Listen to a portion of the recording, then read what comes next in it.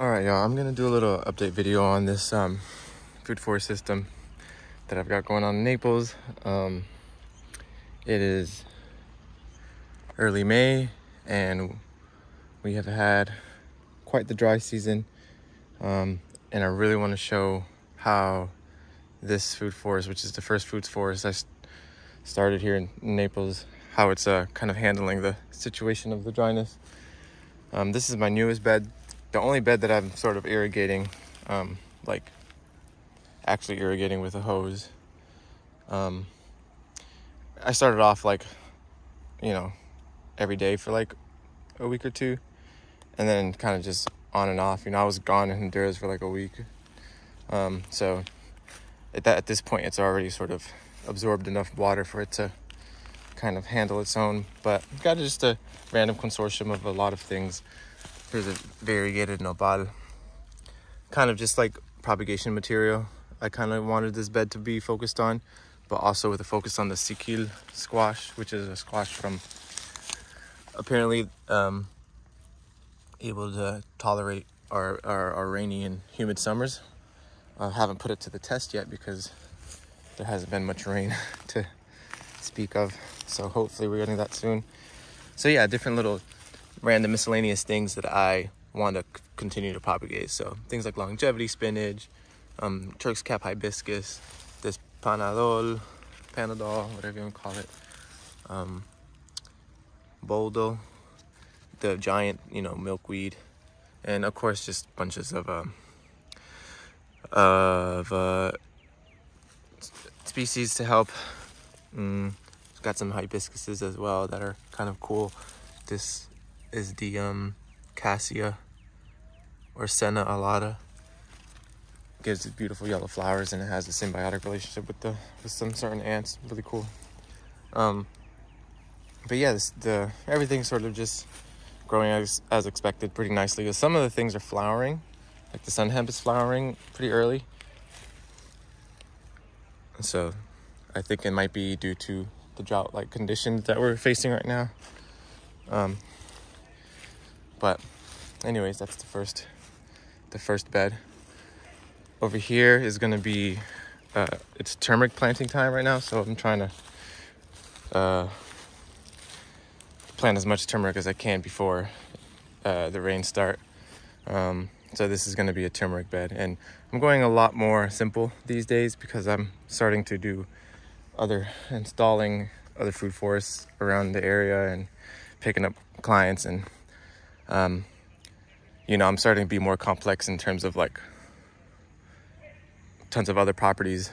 So I'm just trying to keep it simple on this property and just like focus on crops that I know do well and that I could have a financial return on, and turmeric is definitely one of them. So a lot of the new beds that I'm making are going to be focusing on turmeric. But this beautiful Barbados cherry, a lot of these Barbados cherries were looking pretty sad during the height of during the winter and like early spring, but they have leafed out again. Not much to see here. There's some pineapples and moringa and another Barbados cherry down there. Just kind of low microclimate here to help shade the turmeric back there when I plant it. This is that senna alata plant, cassia alata or senna alata, and you can see they have the symbiotic relationship with those ants. Those ones freaking hurt. So I'm not sure about I don't know what exactly their role is in the ecology, but I'm glad that they're here. I feel like there's some sort of, they're keeping other things at bay. So let's continue. So just to reiterate, this is hardly any irrigation out here. This is all just the power of roots and pruning. I plant a lot of stuff, things get frosted back, and then they just come back with a vigor, with vigor. The only things that I do water are things that I plant out of pots. So this rose apple here, I sort of just spot water it every now and then. And you can see once again, and when I say water, I don't only mean just like water with a hose. Every time I plant something, I always put the banana logs underneath. It's like a rule of thumb. If I don't have enough banana logs, then I'm not gonna plant stuff back here because I don't have the best infrastructure for watering, you know? So I don't wanna be fighting an uphill battle, and that's why I plant the bananas for, primarily so that I can have water security. One of the paquiras, I'm not sure if it's Paquira aquatica or glabra, but a friend gave it to me as money tree, so we'll see which one it is. I'm not quite sure how to tell the difference yet. China berry, coming strong. You see the Mexican sunflower going crazy because here's the compost pile. It's like leaning over. Bananas are doing well, you know. Big key to thriving in the drought times is to load up on organic material. And yeah, it's just crazy how much it works. The soil life just keeps working because they're shaded and they have a nice environment to just keep working that soil, keep pooping, keep dying, and keep the nutrients going, so the plants don't have to rely so much on just pure water. White zapote is doing okay. All these flags that I tried seeding things with absolutely no irrigation and haven't had much success. That's how dry it's been. I thought, kind of got a little too confident and thought that I could beat nature by having this microclimate, having all this organic matter, but the reality is those baby seeds, other than jack beans, which as we all know are super strong. They just don't have enough resources, water resources to come up strong. A lot of Biden's alba coming up, which is a very lovely presence.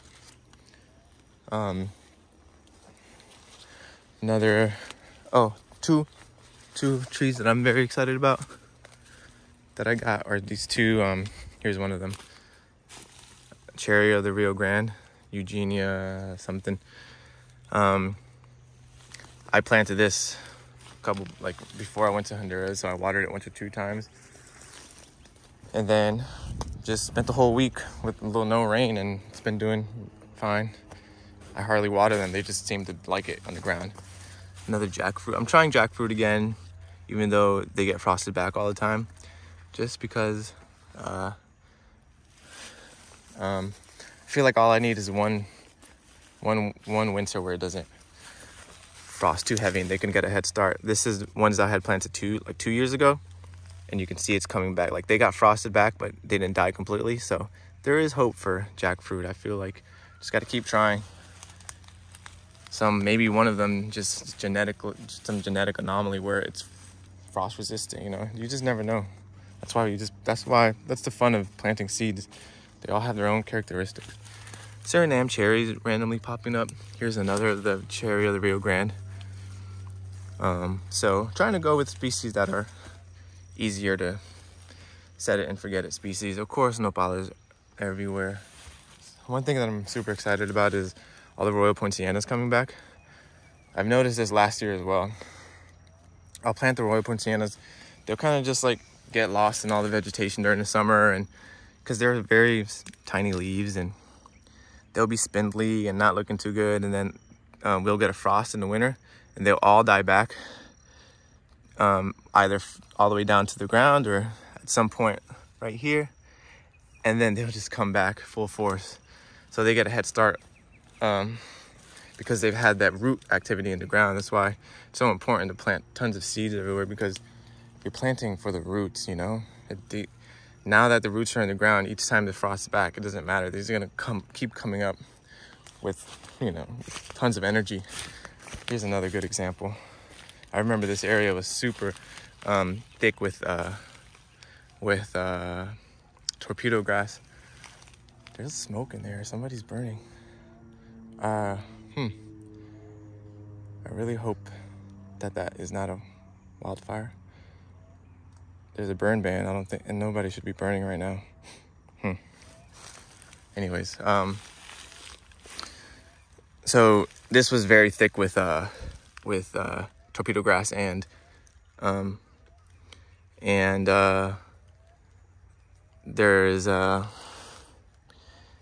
we had a frost. The torpedo grass sort of went senescent during the dry season, and then these Royal Point siennas started coming up full force. So now the Royal Point siennas would be pretty tall and out of the way for when the torpedo grass comes again in the summer. They have a head start over it, so pretty cool. All this whole row is turmeric. Like I said, I'm going basic and simple. I was thinking of all these cool consortiums to do with the turmeric, but I'm just keeping it simple. I'm planting them pretty densely too, so we'll see how that goes. But all the middle rows are going to be filled with turmeric.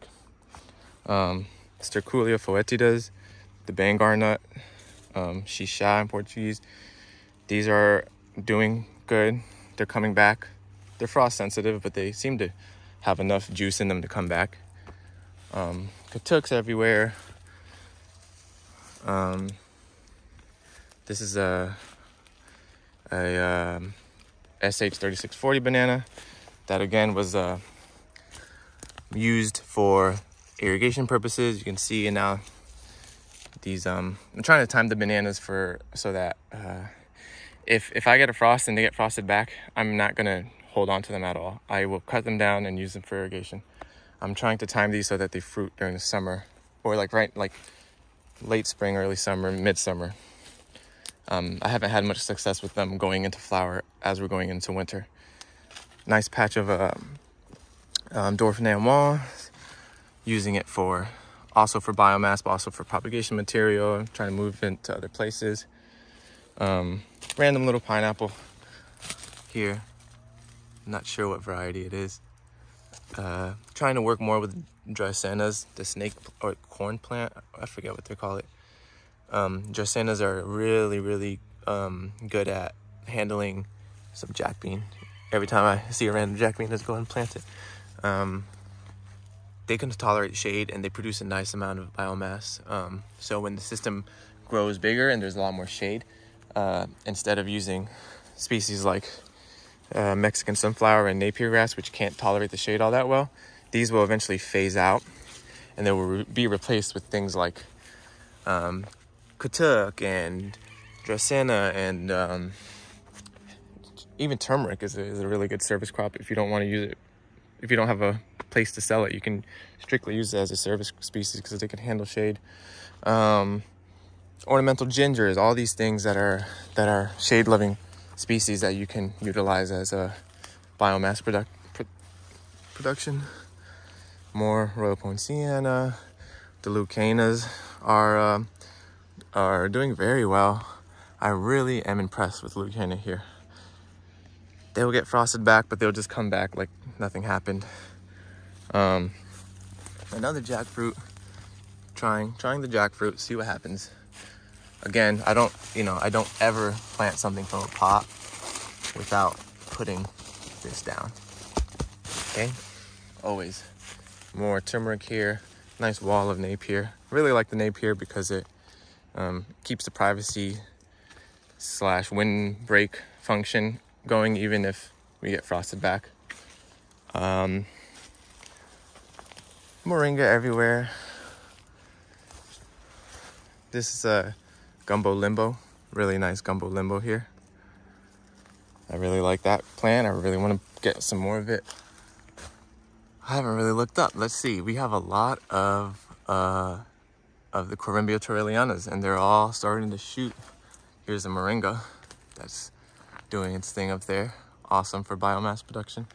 But yeah, the Corymbia torrellianas are really starting to get up there. You can see them all. There's another one. So they're definitely going to help create a microclimate big time here for us. There's another one trying to peek out over there. Beautiful red foliage. And yeah, their presence is awesome. Definitely a must for this area. Some of these random random tree crops that I have planted are coming back. All the native mahoganies, the Swietenia,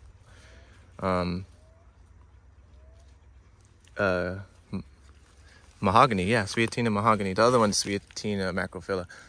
This is the, I think it's called Amalthus.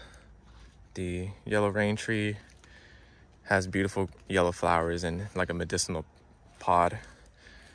The sugar apple coming back from the frost. I haven't really seen much flower activity on this, maybe just a few years. A lot of these not native, I don't know if they're native or not, but a lot of these clumping grasses seem to really like this food forest system, so I tend to keep them when they come up just randomly. And if I don't want them anymore, then I'll go ahead and like take the dirt off of the roots, and then it leaves me with a beautiful little place to plant more things.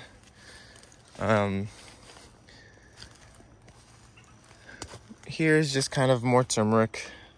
Like I said, I'm keeping it simple. Annatto kind of does not like getting frosted back, but it'll come back. Random tree row, which I might upgrade. This is a tropical almond. We'll see what happens with that. Here's another sort of really jam-packed together system here, which I really like. Royal Poinciana's coming up. I have a lot of stuff to try to plant here, so we'll see what I end up planting. But yeah, you can start to see that it's food forest is taking shape again. Again, not any irrigation, and if there is, it's hardly anything. Starfruit is leafing out and coming back. Saba bananas are leafing out. Let's see. A lot of the Hong Kong orchids are starting to come back up again.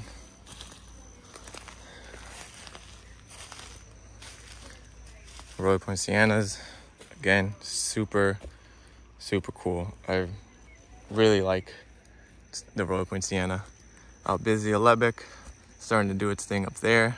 Really nice structure of a tree. Another gumbo limbo up here.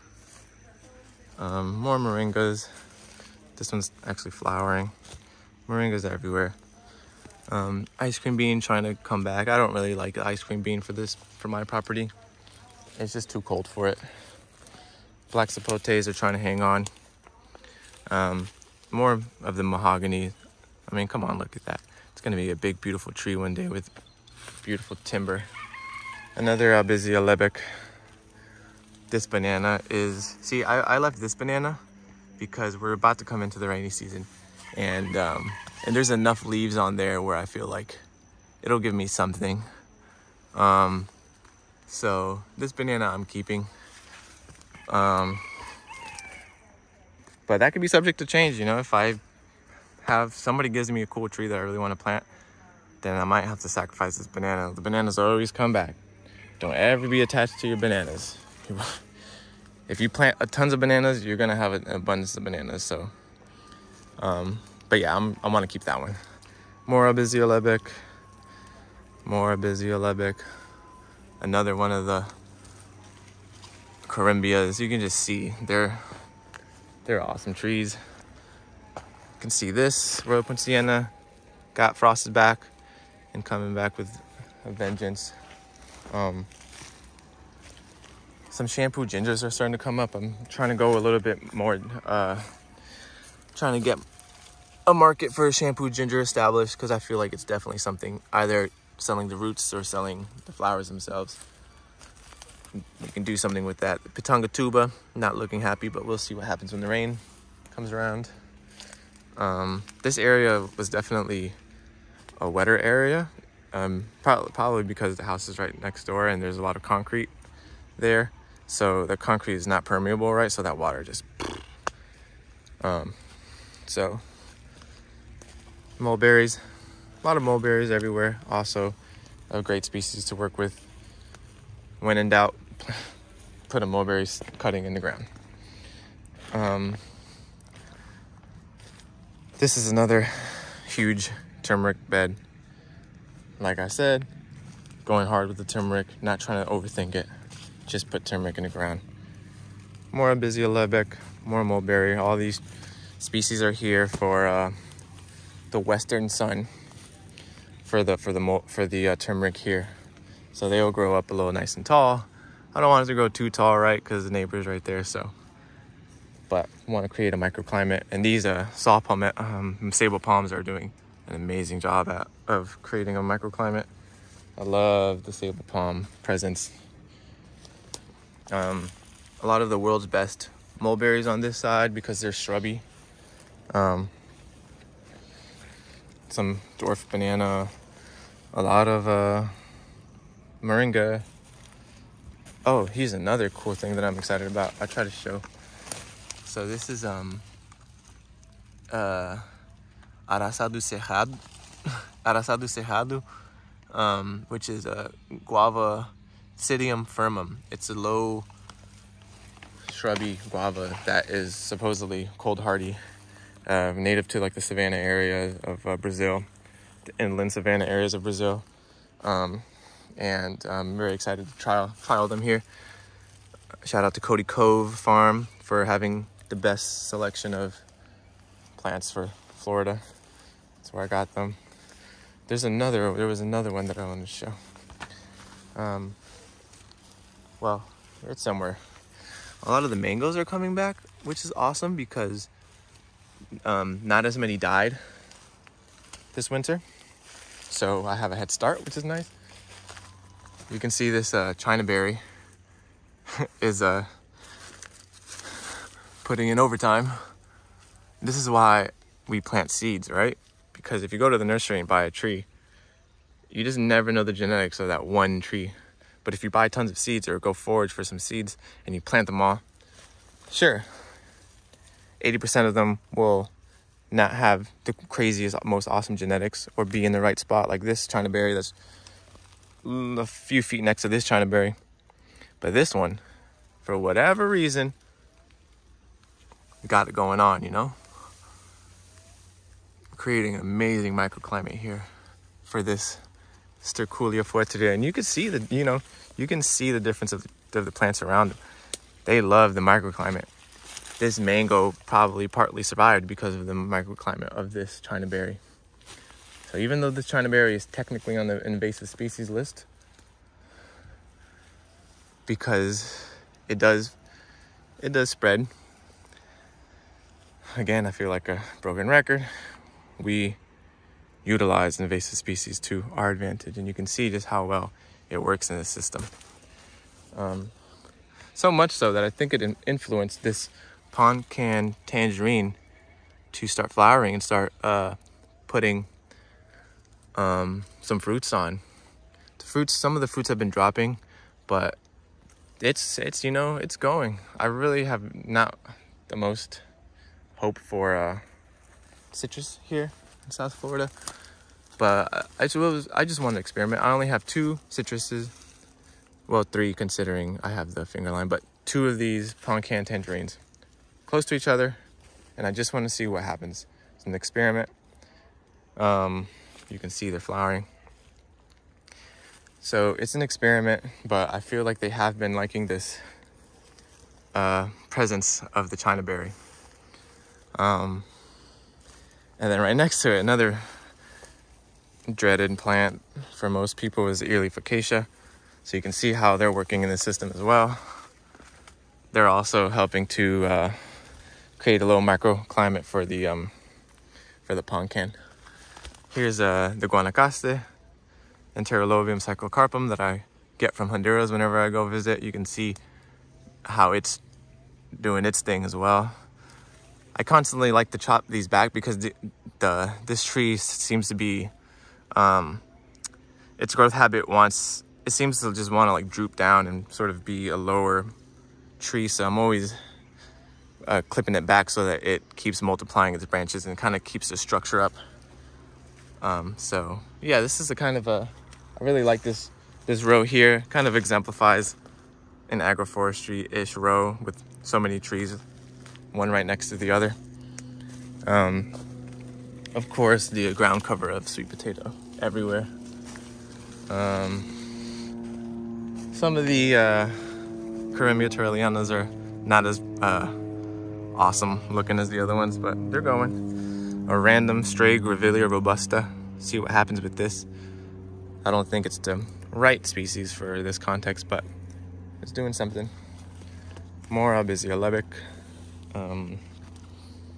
pigeon peas as well, just everywhere, scattered throughout the system. And you know, at this point, it's just they're self-seeding. You know. Another little China berry. I want to show this Guanacaste. Nice little Guanacaste as well right here. Beautiful foliage. I think this is the blue java right here. I've got some ornamental gingers planted around a lot of these bananas in this middle part of the property because it gets wet here and it's a little shady because it's in between the two systems. I have a little baby canistel that's really enjoying the little microclimate of the a lot of spider webs in here. So like, I love to do this. So you can see the canistel, but then you just keep zooming out and you see more and more. You got right here the Corymbia. You got Mexican sunflower blocking on the western. You got Mexican sunflower blocking on the eastern a little bit too. You got the Corymbia up top being the pioneer species, the emergent. You have a pineapple right next to it, a loquat, random loquat coming up. I got a Java olive,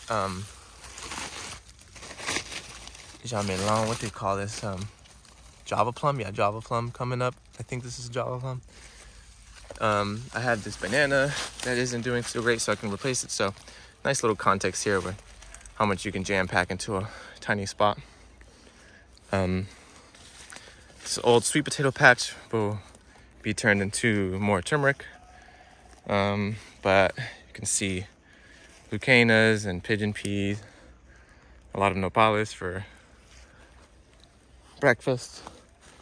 Yeah, we're back at this beautiful China berry. I'm sure, as always, I missed a few things. But I think I got the most important stuff down. Most importantly, all my Barbados cherries are doing good, so that's what I'm very happy for. A lot of random bananas coming up that I'm trying to incorporate more bananas because from what I've seen in this dry season, I'm gonna need a lot more bananas for my irrigation supply. Another sort of stud of a China berry.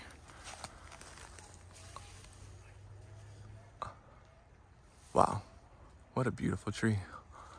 And then another stud of a Corymbia Torrelliana.